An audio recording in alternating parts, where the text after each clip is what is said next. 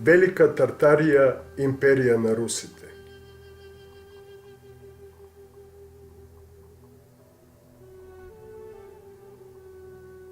На славјаните се гледало како на варвари, барбари, луѓе кои зборуваат неразбирливи нешта, луѓе кои се од втор ред, скоро зверови.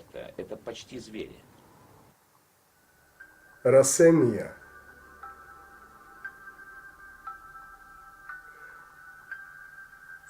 Расија.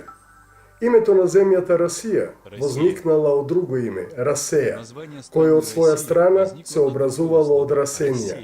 Тоа се територии на кои се расејала големата раса на белите народи.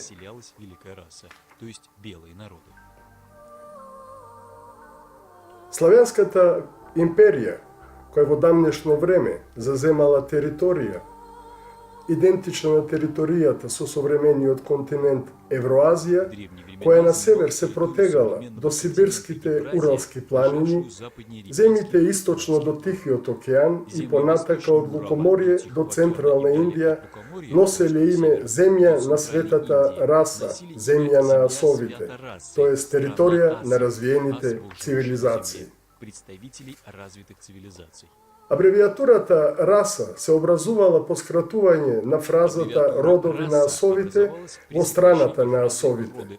Светата раса тоа биле 4 родови на асовите: дарици, харици, расени, светоруси, кои живееле во родовски општествен систем.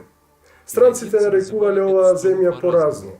Едно од последните имиња, кој било во оптек до крајот на 18 век, било името Велика Тартарија или Мокината Асија, најстарата држава на бели луѓе, кој е во азијскиот дел на континентот Евроазија.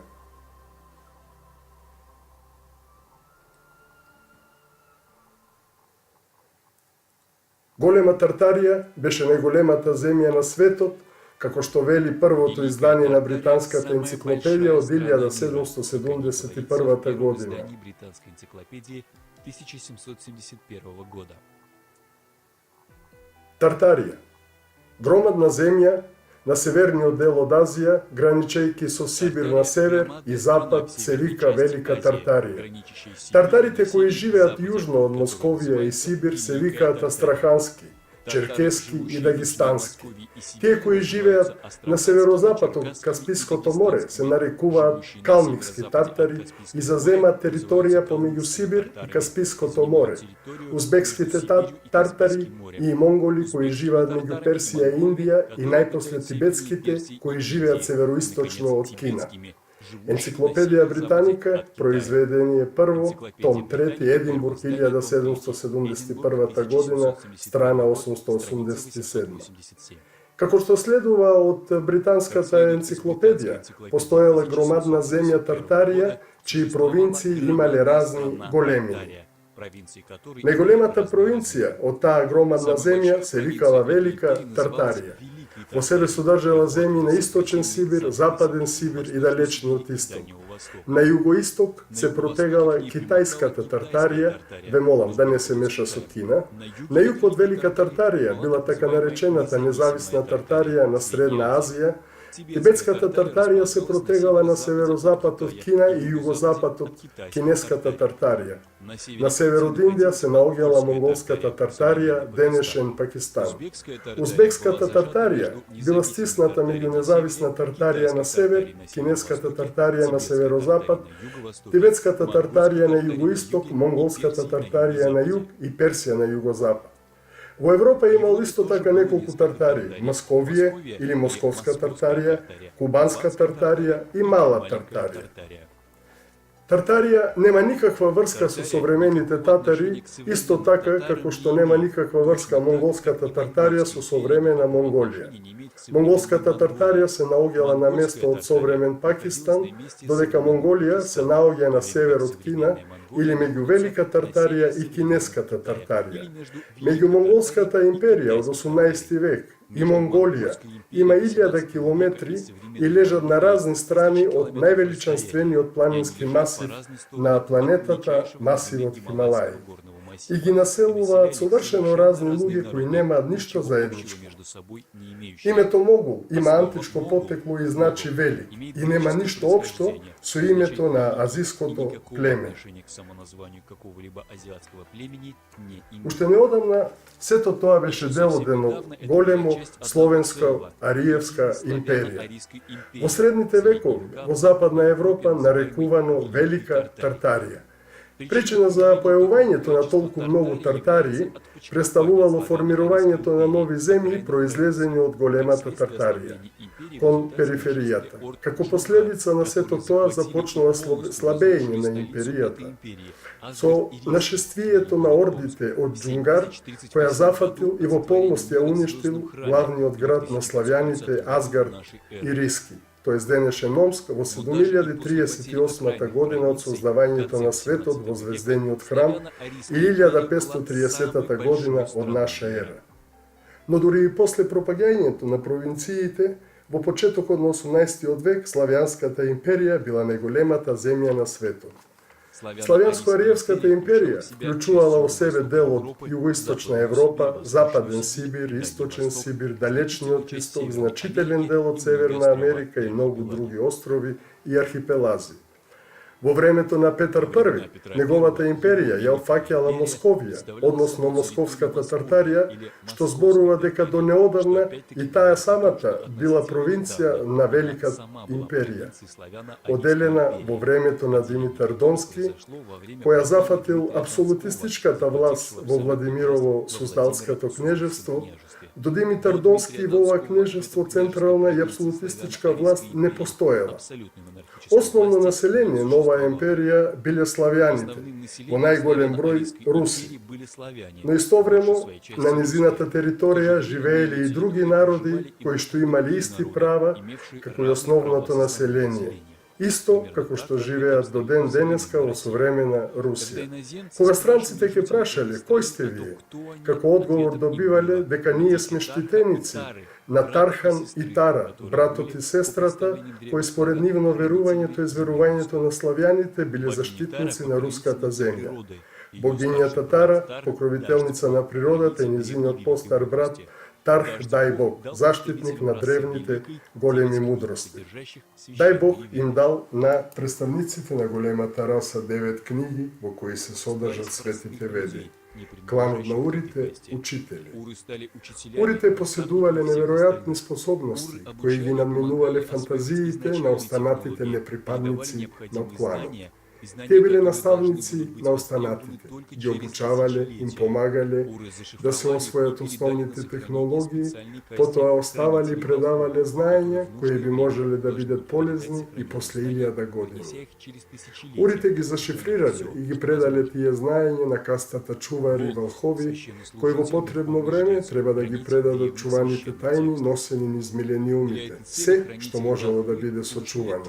Валхов, свештенослужител, врховен жрец, чувар на древните свештени текстури.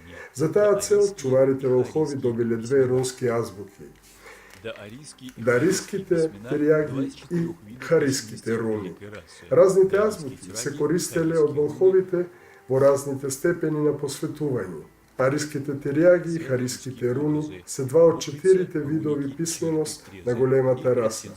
Например, светоруските примери, буквици, руники, цртички, молвици и расенски молвици. Во знак на сеќавање на учителите ури, останати се зборови како култура, што означува систем на морални и духовни начела, кои им се предавале на нивните штитеници русите. Постоењето на 2 касти кај древните славјани се гледа во имињата кои им се давале од соседите. Така повеќето азиски соцеби ги нарекувале уруси, обединувајќи ги двете касти во една – уруси. Досега многу азиатски народи ги нарекуваат постаро – уруси. Едно време имињата на славјанските племиња биле создавани со представката на коренот рус, објаснувајќи особеноста на тој народ. Например, етруски, тоа се просветлени руси, носители на високата култура, А докази за тоа се наоѓаат на северот во Италија во форма на надписи на камења или произведение на искуството, тоест на уметност. Името на прусите славјани значи Перунови руси, односно тоа е друго име. Бог-покровитель всех воинов, защитник земель Перунови руси. Перун, Бог покровител на сите војни, заштитник на земите и родот Светоруси. Русичи, белоруси, естонци, литовци, латиши, латгали, земгали, пољани и други. Венеди. Жители на Великиот Венец, каде што се преселиле родови и племиња. Венеди соодветствува на територијата на Западна Европа. Имината на воинствените племиња од западните славјани содржаа во себе името на територијата освоена од нив. Дури до 19. век. Кога германските готски племиња ја зафатија таа земја во 9-10 век од нашата ера и ги уништија повеќето пруси славјани, а остатокот го асимилираја, многу остадоа старото име Прусија. После тоа, Пруси го нарекоа едно племе, живеејќи на таа територија. Именно таа земја изигра клучна улога во проектот за обединување на Германија во 19. век. До исчезнувањето на урите, сите славјани имале второ име – уруси.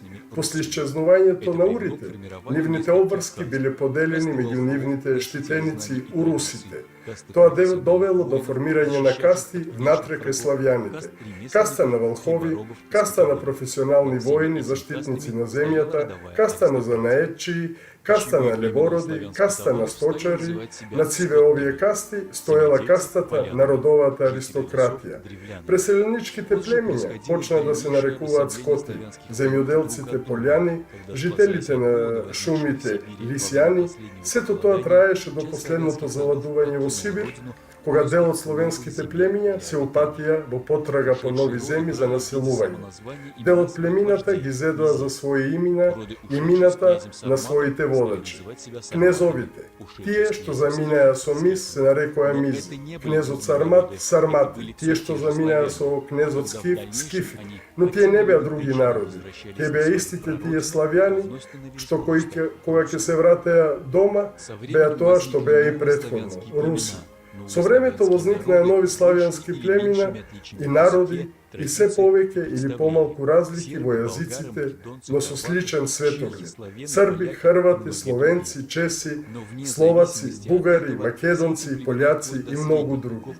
Но без оглед на сето тоа, до средните рани векови, знаеле и ја помнеле својата прародина, Славјанската империја, која постоела неколку илјади години. Славяно-арийская ведическая империя. Славјано-аревската ведическа империја, древните славјани и арии владееле со фундаменталните знаења за материјалните и нематеријалните светови. Тие знаења се наречени веди, тоест славјано-ариевски свети преданија.